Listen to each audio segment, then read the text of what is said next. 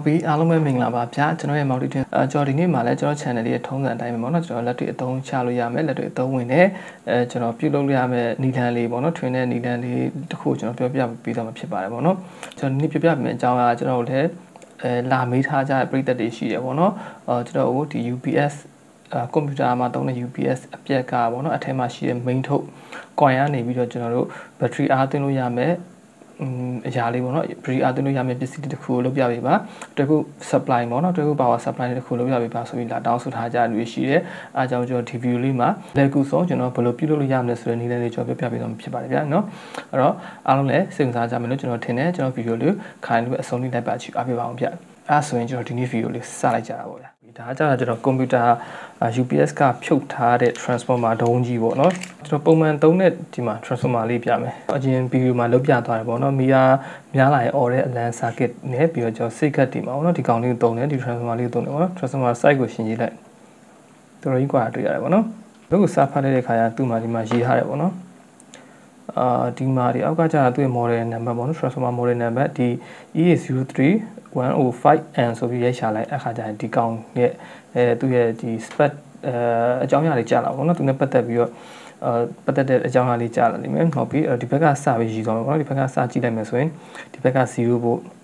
ဒီဘက်က0ဗို့ဒီမှာ185ဗို့ဒီမှာ220ဗို့220ဒီက225 225ဗို့ဒီဘက်အနာအစွန်းဆုံးကကျတော့255ဗို့ပေါ့နော်အဲ့တော့ဒီမှာကျိုးကိုကျွန်တော်ချက်ကြည့်လိုက်တယ်ဆိုရင်ဒီအမဲက0ဗို့အပြားကျတော့သူရည်ထားတဲ့အတိုင်းပေါ့နော်အပြား185ဗို့ဒီအလယ်မှာ220ဆိုတဲ့တကြိုးကတော့မပါလာဘူးပေါ့နော်ဒီမှာပြီးတော့လိမ်မော်ဖြစ်သွားတယ်ပြီးတော့အနီကကျတော့255ဗို့ပေါ့နော်ဒီဘက်ကကျတော့ input ပေးရတာပေါ့နော် input ကျွန်တော် AC input ပေးရတဲ့ဘက်ပေါ့နော်ဒီဘက် channel AC input ပေးရတာကျွန်တော်တို့နိုင်ငံမှာသုံးတာ220ဗို့ AC သုံးတယ်နော်အဲ့တော့ကျွန်တော်ဒီမှာ220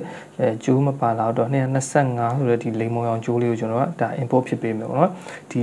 အပြာနဲ့ဒီအနီကတော့ကျွန်တော်တို့မသုံးဘူးပေါ့နော်ဒါအဲ့တော့မသုံးတဲ့ကြိုးနဲ့ကြိုးကျွန်တော်ဒီမှာခောက်ထားလိုက်မယ်ကျွန်တော်အထွက်ဖက်ချမ်းပေါ့နော်ဒီဘက်ကကျွန်တော်အထွက်ဖက်ချမ်းကိုတစ်ချက်ကြည့်တဲ့အခါကျတော့ဒီဘက်မှာလည်းကျိုးတွေအရောင်မျိုးစုံတွေရှိတယ်အဓိကသုံးရမှာဒီနှစ်ကျိုးပေါ့နော်အစွန်းနှစ်ကျိုးသုံးရမယ်ဒီဘက်ကအမဲကျိုးနဲ့အပြာကျိုးသုံးရမယ်ပေါ့နော်ဒီအလေကအနီကျိုးမသုံးကျွန်တော်ပြီးကြရင်မီတာနဲ့တစ်ခေါက်ကောင်တိုက်ပြပြီပေါ့နော်ဟုတ်ပြီဒါကြတော့ကျွန်တော်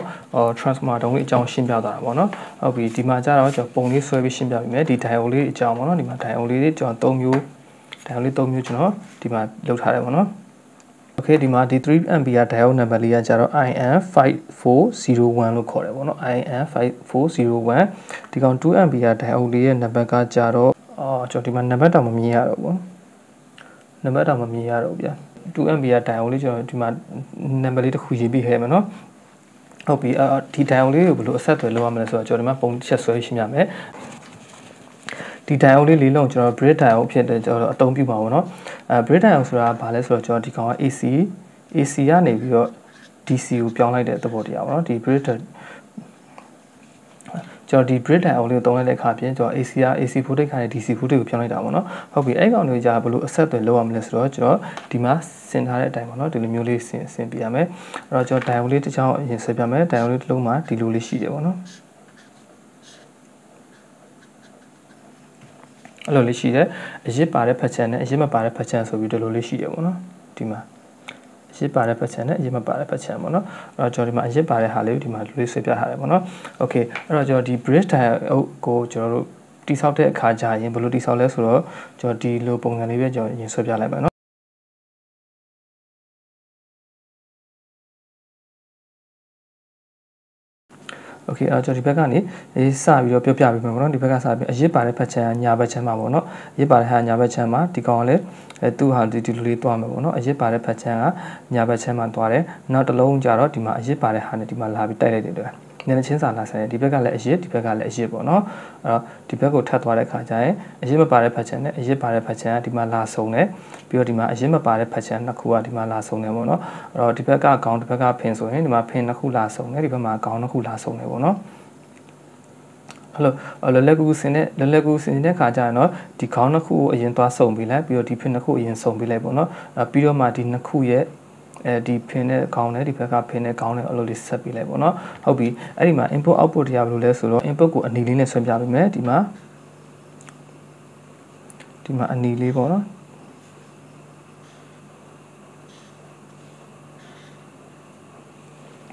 ကျွန်တော်ဒီမှာအနီနဲ့ဆွဲပြပေးထားတယ်ဒီအနီနှစ်ခုကကြာကျွန်တော်ဒါ AC 220ပေါ့နော်220တော့မဟုတ်ဘူးเนาะဒီဘက်ကကျွန်တော်တွဲဖို့ဖြစ်မှာ AC တွဲဖို့ပေါ့နော်220မဟုတ်ကျွန်တော်မှားပါလား sorry ပေါ့နော်ကျွန်တော် AC တွဲဖို့ကနေပြီးတော့ဒီနှစ်ခု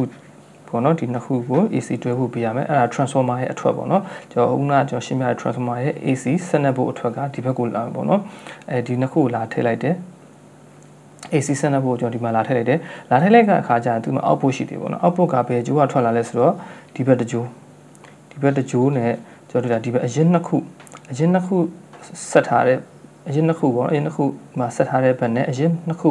အရင်မပါတဲ့ဘက်ပေါ့နော်အရင်ပါတဲ့ဟာနှစ်ခုဆက်ထားတဲ့ဘက်နဲ့အရင်မပါတဲ့ဘက်နှစ်ခုဆက်ထားတဲ့ဘက်ကနေပြီးတော့မှကျွန်တော်ဒီလိုလေးထွက်လာနိုင်မယ်ဒီကနေပြီးကျွန်တော်ဒါ DC ထွက်လာတာပေါ့နော် DC စနပ်ဖို့ထွက်လာတယ်ဒီဘက်ကနေ AC စနပ်ဖို့ထည့်တယ်ဒီ diode ကိုဖြတ်လိုက်တဲ့အခါကျရင်ဒီဘက်ကနေ AC စနပ်ဖို့ထည့်တယ်ဒီအလဲကနေ bridge diode ကိုဖြတ်လိုက်တဲ့အခါကျရင် DC ဖြစ်ပြီးတော့ DC စနပ်ဖို့ဆိုပြီးထွက်သွားတယ်ပေါ့နော်ဟုတ်ပြီအဲ့တော့ကျွန်တော်ဒီဘက်မှာအပေါင်းနှုတ်ကကြတော့ဒီအရေးလေးနှစ်ခုပေါ့နော်ဒီအရေးလေးနှစ်ခုဆက်တဲ့နေရာကအပေါင်းထွက်မယ်ဒီအရေးမပါတဲ့ဘက်ကနေအနှုတ်ထွက်မယ်ပေါ့နော်အဲ့တော့ DC တွဲဖို့ဒီဘက်ကနေထွက်လာမယ်โอเคဒါဆိုရင်ကျွန်တော်တို့ဘက်ထရီကိုအားသွင်းနိုင်ပြီပြီးတော့မီးလုံးပေါ့နော်တွဲဖို့မီးလုံးတွေမီးချောင်းတွေကိုမီးထွန်းနိုင်ပေါ့နော်တွဲဖို့ power supply လေးတစ်ခုကိုကျွန်တော်တို့ဒီလိုလွယ်ကူဆုံးနေလိုက်နေကျွန်တော်ရရှိမှာပေါ့နော်ဒီမှာကျွန်တော်လှုပ်ထားတဲ့ diode လေးလည်းတစ်ချက်ပြီးတော့ဒီမှာကြည့်လိုက်ပေါ့နော်ကျွန်တော်အနီးကဆွဲပြပေးမယ်ကျွန်တော်ဒီဘက်မှာအရင်နှစ်ခုစုံတဲ့ဖက်ချင်ရတယ်ဒီဘက်မှာထွက်ထားတယ်ဒီဘက်ကအရင်မပါတဲ့ဟာနှစ်ခုစုံတဲ့ဟာဒီဘက်ချမ်းမှာထွက်ထားတယ်ပေါ့နော်အဲ့တော့ဒီဘက်ကနေပြီးတော့ AC ကျွန်တော်ဟုတ်က AC စနပ်ဖို့ပေါ့နော်ကျွန်တော် transformer ထွက်လာတဲ့ AC စနပ်ဖို့ဒီဘက်ကိုတကြိုပေးရမယ်ဒီဘက်ကိုတကြိုပေးရမယ်ပေါ့နော် AC ဖြစ်တဲ့အတွက်ကိုအပေါင်းလို့တော့မရှိဘူးပေါ့နော်ကြိုက်လို့ပေးလို့ရတယ်ဒီကထွက်လာတဲ့ DC ကဒါအပေါင်းအနှုတ်ရှိမှာပေါ့နော်ဒီဘက်ကအပေါင်းဒီဘက်ကအနှုတ်ဆိုထွက်လိမ့်မယ်ပေါ့နော်အဲ့လိုပဲကျွန်တော်ဒီမှာလဲနောက်ထပ်ပြီးတော့ပေါ့နော်ဒါကိုပုံစံတစ်မျိုးလေးကျွန်တော်ခဲဆော်ထားတယ်ပေါ့နော်ဒီကောင်ကကြာကျွန်တော်ဟုတ်ကနာပုံမှန်ဆွဲပြတယ် verify ပုံစံလေးကျွန်တော်ဆွဲပြထားတယ်ဒီဟာကြာကျွန်တော်က4000ပုံစံလေးပေါ့နော်ကျွန်တော်ဒီမှာ4000ပုံစံလေးဒီလိုလေးဆင်ပေးထားတယ်ဒီကောင်လဲအမှန်တကယ်ဆိုဘာမှမထူချဘူးเนาะဖြန့်လိုက်တဲ့အခါကျရင်ကျွန်တော်ဒီလိုမျိုးစတုရန်ပုံစံလေးကျွန်တော်ထွက်လာအောင်ပေါ့เนาะအရင်နှစ်ခုစုံတဲ့နေရာဘယ်နေရာလဲဆိုတော့ကျွန်တော်ဒီမှာမြင်လာအရင်နှစ်ခုစုံတဲ့နေရာဒီမှာအရင်ပါတယ်ဒီမှာအရင်ပါတယ်အရင်နှစ်ခုစုံတဲ့နေရာဒီမှာအရင်မပါတာနှစ်ခုစုံတဲ့နေရာကျတော့ဒီအောက်ကဟာဒီအပေါ်ကအရင်နှစ်ခုစုံတဲ့နေရာဒီအားကျအရင်နှစ်ခုအရင်မပါဘူးအရင်မပါနှစ်ခုစုံနေရာဒီအဲ့တော့ပြောမှဆိုရင် DC အပေါင်း DC အနှုတ်ဒီ input ကနေပြီးတော့ဒီမှာခြေကောက်လေးလုပ်ပေးထားတော့ခြေကောက်လေးနှစ်ခုကနေပြီးတော့ဒါ AC အဝင်ထွက် AC အဝင်နှစ်ကျိုးကဒီမှာလာချိတ်ပြရမှာပေါ့နော်ဟုတ်ပြီဒါဆိုရင်ကျွန်တော်ဒီကောင် transformer နဲ့ဒီကောင်ချိတ်လိုက်ကြတာပေါ့နော် AC ကျွေးတဲ့ခါကျရင်ကျွန်တော်ခုနကပြောထားလို့ဒီဘက်ကအနက်နဲ့လိမ်မော်ကိုကျွန်တော်ဒီမှာ AC တိုက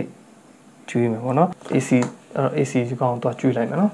ဒါဆိုရင်ကျွန်တော်ဒီကောင်ကို output လေးတစ်ချက်တိုင်းပြပြီးမှာနော်ဒီကောင်က0အမဲမှာတစ်ချိုးချိတ်တယ်အပြာမှာတစ်ချိုးသွားချိတ်မယ်အဲ့တော့ဒီမှာမီတာမှာကြည့်တဲ့အခါကျရင်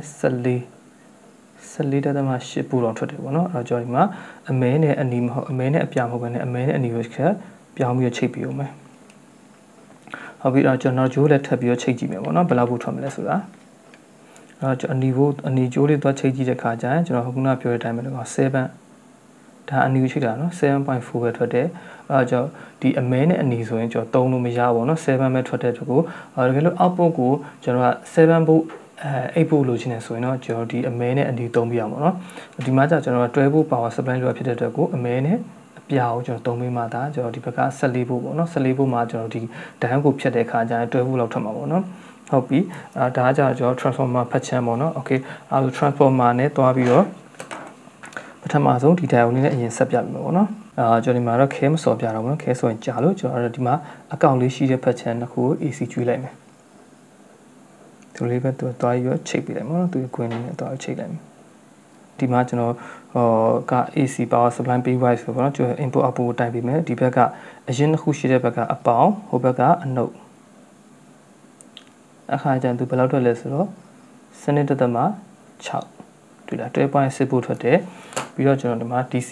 မီးချောင်းလေးနဲ့လည်းကျွန်တော်စမ်းပြပေးအောင်မယ်နော်ဒီကောင်ကိုကျွန်တော်အပေါင်းလို့တွားချိလိုက်တဲ့ခါကျရင်မီးလင်းလာမှာပေါ့နော်โอเคနောက်ထပ်ကျွန်တော် diode တစ်မျိုးထပ်ပြီးတော့ပြောင်းပြပေးမှာပေါ့နော်ဒီကောင်က3 ampere diode နဲ့သုံးထားတာ မှာ2 ampere diode လေးတက်ထားတာကျွန်တော်2 ampere diode လေးကလည်းကျွန်တော်ဘယ်လောက်ထွက်လဲဆိုတာမီတာနဲ့ချက်တိုင်းပြပေးမယ်ဒါဆိုရင်ကျွန်တော်အပေါင်းတို့မှာချိန်လို့ပေါ့နော် 12.3 စနစ်တစ်သမ3 volt ထွက်တယ်ပေါ့နော်12 volt ထွက်တယ်ဒါကကြာကျွန်တော်တို့ဒါ2 ampere diode လေးလောက်တာပေါ့နော်โอเคဒါကတော့ကျွန်တော်နောက်ဆုံးစမ်းပြတဲ့ diode လေးပေါ့နော်ဒီ diode လေးကကြာကျွန်တော်တို့သူ့ဟာသူသွားဝယ်တဲ့ခါကျဘာဆက်သွင်းမှလုပ်ဆရာမလို့ပေါ့ input output လေးပေးလိုက်ဆရာပဲလို့ရပါတော့အဲ့တော့ဒီအလဲနှစ်ချောင်းကကျွန်တော် AC input နှစ်ချောင်းပေးထားတယ်အဲ့တော့ဒီဘက်ကအပေါင်းဒီဘက်ကအနှုတ်ပေါ့နော်အဲ့တော့ကျွန်တော်ဒီကောင်လေးကိုတစ်ချက်ခွာပြီးတော့တိုင်းပြပေးမယ်သူလဲစနစ်တစ်မှာနှစ်စနစ်တစ်မှာနှစ်ပေါ့တွဲဖို့ထွက်တယ်ပေါ့နော်အကုန်လုံးကတော့ကျွန်တော်တို့စနစ်ဖို့နီးပါးပတ်လည်မှာပဲထွက်နေကြတာပေါ့နော်အကုန်လုံးကကျွန်တော်စနစ်ဖို့နီးပါးပတ်လည်မှာပဲအကုန်လုံးကတော့ကျွန်တော်ထွက်နေကြတယ်ပေါ့နော်3 ampere diode လေးကကြာတော့ voltage ပို့ပြီးများများထွက်တယ်ပေါ့နော်အများဆုံးထွက်တယ်ဒီနှစ်ခုကကြာတော့စနစ်တစ်သမ3 volt လောက်ပဲထွက်တယ်ပေါ့နော်ဒီနှစ်ခုကကြာတော့စနစ်တစ်သမ3 volt လောက်ပဲထွက်တယ်အဲ့တော့ကျွန်တော်လျှက်စစ်ကနေပြီးတော့ကျွန်တော်တစ်ခုခုဖြတ်စီးလိုက်တဲ့အခါကျရင် voltage drop ဆိုပြီးတော့ရှိရပေါ့နော်ကျွန်တော်အဲ့ဒီမှာကျွန်တော် volt ရောတာအနည်းဆုံးကကြာဒီကောင်ပေါ့နော်ဒီကောင်ကစနစ်တစ်သမ6ထွက်တယ်ဒီကောင်စနစ်တစ်သမ3ထွက်တယ်ဆိုတော့ 0.3 လောက်ကိုဒီကောင်ကပို့ပြီးတော့များတာပေါ့နော်အဲ့တော့သုံးမယ်ဆိုရင်ကျွန်တော်က battery power supply မှာကြာတော့ကျွန်တော်12.6 volt ပို့ပြီးတော့အဆင်ပြေတာပေါ့နော်အဲ့တော့သုံးမယ်ဆိုရင်ကျွန်တော်ကဘယ်လိုပဲသုံးအဆင်ပြေရဖြစ်ပေမဲ့အခုလို3 ampere diode ကကြာပို့ပြီးတော့ voltage များတာဆိုတော့ကျွန်တော်ဒီမှာလက်တွေ့ပဲပေါ့နော်အဲ့တော့3 ampere diode ရှိရင်3 ampere diode ကိုသုံးပေါ့နော်3 ampere diode မရှိလဲ2 ampere ဒါမှမဟုတ်ဒီလို diode တွေအသုံးပြုနိုင်တယ်ပေါ့နော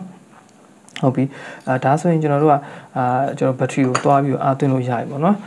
ဟုတ်ပြီဒါဆိုရင်ကျွန်တော်တို့ဒီနေ့ကျွန်တော်ပြောပြတဲ့ဘက်ထရီအားသွင်းတဲ့ circuit လေးကပြီးသွားပြီပေါ့နော်ကျွန်တော်ဒီကောင်ကိုတွားပြီးတော့အားသွင်းမယ်ဆိုရင်ဒီလိုလေးပေါ့နော်ဒီကောင်ကနေပြီးတော့ transformer ထွက်လာတဲ့နှစ်ဆကိုကျွန်တော်ဒီဘက်မှာတွားပြီးတော့ချိန်လိုက်မယ်ဒီဘက်ကနေထွက်လာတဲ့နှစ်ဆပေါ့နော် output နှစ်ဆကိုကြာတော့ကျွန်တော်ဒီဘက်မှာကလစ်ပေါ့နော်ဒီလိုမျိုးကလစ်လေးတွေအနေနဲ့ကလစ်လေးနှစ်ခုနေတဲ့ကလေးလေးနှစ်ခုနဲ့တော့ကျွန်တော်ဒီမှာအပေါင်းတော့မှာတွားပြီးထွက်လာရေးဟာတွဲဖို့ချကြဆိုဒီထဲမှာအတုံးရှိတယ်ပေါ့နော်ကျွန်တော် transformer အတုံးရှိတယ်ဒီထဲမှာထည့်ပြီးလိုက်ပေါ့နော်โอเคကျွန်တော်ဒီမှာဘက်ထရီအားသွင်းကြပါတော့နော်ဒါကအားသွင်းတဲ့အခါကျရင်ကျွန်တော်ဒီမှာအားမသွင်းခင်ပေါ့နော်အားမသွင်းခင် voltage တစ်ချက်ရင်တိုင်းပြမယ်ဒီကောင်ဘယ်လောက်ကိုရှိလဲဆိုတာကျွန်တော်ဒါ cycle battery လေးပေါ့နော် acid battery လေး73 volt လောက်တော့ရှိတယ်ပေါ့နော်73 volt လောက်တော့ရှိတယ်ဘက်ထရီအားမသွင်းတဲ့အချိန်ဒီမှာသူ့တိုင်ကြည့်တဲ့ခါကျရင်ဒီမှာ17 volt 12 volt လောက်ပဲထွက်တယ်နော်ဒါပေမဲ့ကျွန်တော်ဒီဘက်ထရီကိုသွားချိတ်လိုက်တဲ့အခါကျရင်သူ့ရဲ့ဒီ voltage ကကျတော့12 volt လောက်တည်းမဟုတ်တော့ဘူးနော် volt အားညားပါတယ်ဒါဆိုရင်မှတိုင်ပြပါတော့ဒါဘက်ထရီမှာချိတ်လိုက်တဲ့အခါကျရင်သူ့ရဲ့ထွက်တဲ့ output voltage က16 volt လောက်နဲ့အားသွင်းတာ6 volt နဲ့အားသွင်းတာเนาะကျွန်တော် acid battery တွေပေါ့เนาะကျွန်တော် cycle battery တွေ car battery တွေဆိုရင်ကောင်းအောင်မို့အားသွင်းလို့ရတယ်ဗျာเนาะဒီကြိုးတွေပါတွေကိုကြာဒီ clip ကြိုးတွေပါကြာနည်းနည်းကောင်းကောင်းမို့ပေါ့เนาะကြေးကျူးကောင်းတောင်းတဲ့ကောင်တွေတုံးပေးတာပိုပြီးအဆင်ပြေနေမယ်ဒီကောင်ကခုဆိုရင်ဒီကောင်ခုနထက်ကိုဒီကောင်အားပြည့်ပါပြီပေါ့เนาะဒါကြည့်โอเคဒါ14 volt လောက်ထိဖြစ်သွားတယ်တစ်ချက်ကူးဆိုင်မဲ့ကြောင်းလေးပြပါမယ်နော်ကျွန်တော်ဒီချက်ချာလေးကိုအသုံးပြုပြီးတော့ဒီ acid battery အားသွင်းမဲ့ဆိုရင်တစ်ချက်လောက်တော့သတိထားပြီပေါ့နော်တနိုင်လောက်အားသွင်းပြီးယာယီပြန်ဖြုတ်လိုက်တော့ပေါ့နော်ဘာလို့ဆိုတော့ကျွန်တော်ဒီကောင်ကအားပြည့်ရင်ဖြတ်ပြီးတော့ auto စနစ်မပါတဲ့အတွက်ကိုပေါ့နော်အဲ့လိုလုပ်ပေးရမယ်ပြီးတော့နောက်ဆုံးတစ်ချက်သတိပေးရမှာကကြာကျွန်တော်ဒီကောင်နဲ့အားသွင်းမဲ့ဆိုရင် lithium ion တက်ခဲတွေကိုလုံးဝအားသွင်းလို့မရပါဘူးဗျာနော်ခုလိုမျိုး acid battery တွေကိုပဲကျွန်တော်တို့ကအားသွင်းလို့ရမှာဖြစ်ပါတယ်ဗျာပေါ့နော်အဲ့ဒီချက်ကိုကျွန်တော်သတိထားပေးပါပြီးတော့ဒီ acid battery ကိုအားသွင်းတဲ့ခါကျရင်လည်းအချိန်အကြာကြီးကြာမြင့်စွာပြစ်ထားလိုက်တာမျိုးလုပ်လို့မရဘူးပေါ့နော်ကျွန်တော်အားပြည့်သွားတဲ့အခါကျရင်လူကဖြုတ်ပေးရမယ်ဟာလေးလုပ်ပေးရမယ်အဲ့ဒီအချက်လေးတွေကိုကြာတစ်ချက်ကူးဆိုင်ပါလို့ကျွန်တော်တော့ပြောကြားချင်ပါတယ်ဟုတ်ပြီအဲ့တော့ကျွန်တော်ဒီကောင် power supply အနေနဲ့သုံးရင်ကျွန်တော် voltage များလာလို့ဆိုချက်ထပ်ဆန်းကြည့်မယ်နော်ဒါဆိုရင်ကျွန်တော်ဒီတွဲဖို့မီချောင်းလေးတွားပြီးမှချိန်လိုက်မယ်နော်ဒါဆိုရင်မီလင်းလာပြီအဲ့တော့သူ့ voltage ကိုတစ်ချက်တိုင်းကြည့်ပေးမယ်